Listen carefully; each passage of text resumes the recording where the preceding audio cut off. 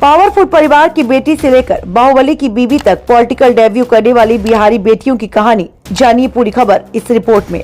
लोकसभा चुनाव में बिहार की 6 बेटियां डेब्यू कर रही हैं। गौर करने वाली बात यह है कि इन बेटियों का परिवार पहले से सक्रिय राजनीति में है।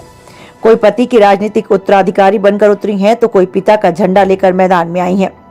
बता दें कि 2024 का लोकसभा चुनाव बिहार की कई बेटियों के लिए चुनावी डेब्यू का गवाह होने जा रहा है। जाहिर है कि वह बेटियां हैं जिनका परिवार राजनीति में रहा।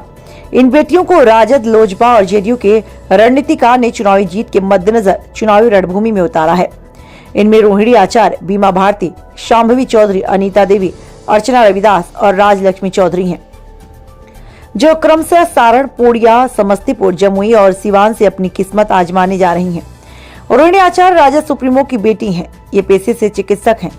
रोहिणी आचार्य 2022 में लोकप्रियता की उच्च शिखर पर पहुंच गई, जब उन्होंने पिता को किडनी देकर लालू यादव को नया जीवन दिया। एक बार फिर रोहिणी आचार्य की चर्चा जोर शोर से शुरू हो गई, मगर इस बार कारण राजनीतिक है।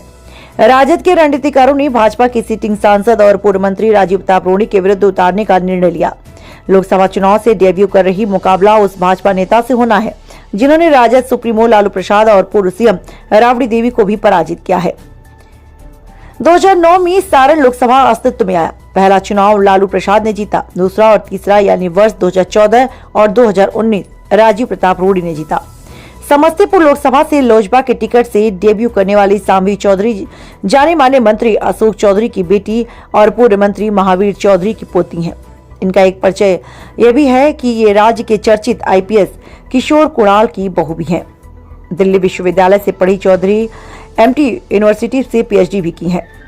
फिलहाल इनका मुकाबला कांग्रेस के उम्मीदवार से होना है, पर कांग्रेस की तरफ से कोई उम्मीदवार की घोषणा नहीं की। वहीं राजद सुप्रीमो लालू प्रसाद यादव की खोज है अर्चना रविदास।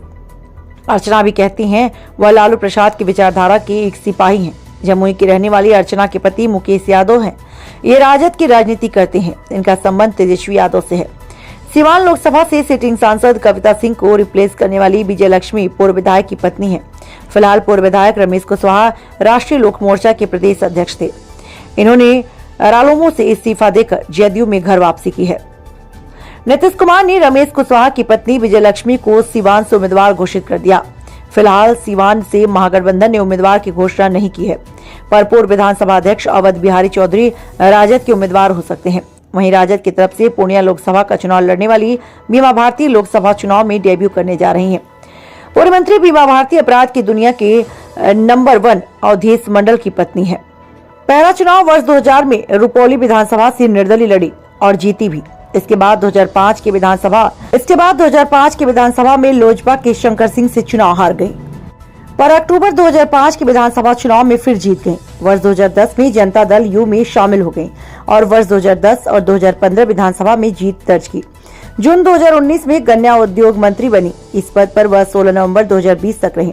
वहीं मुंगेर लोकसभा से डेब्यू करने वाली कुमारी अनीता राष्ट्रीय जनता दल की उम्मीदवार हैं। अनीता देवी सूर्यगढ़ की रहने वाली हैं। इनकी राजनीति जगत में चर्चा चुनाव लड़ने की वजह को लेकर हुई। दरअसल बिहार के बाहुबली अशोक महतो चुनाव नहीं लड़ सकते, इसलिए राजद सुप्रीमो लालू प्रसाद ने अशोक महतो को शादी करने की सलाह दी और आनंद फानन में अशोक महतो ने दिल्ली में नौकरी कर रही कुमारी अनीता से शादी कर ली। अनीता की टक्कर जदयू के पूर्व राष्ट्रीय अध्यक्ष राजीव रंजन सिंह से होनी है। ये मुंगेर की सिटिंग सांसद भी हैं।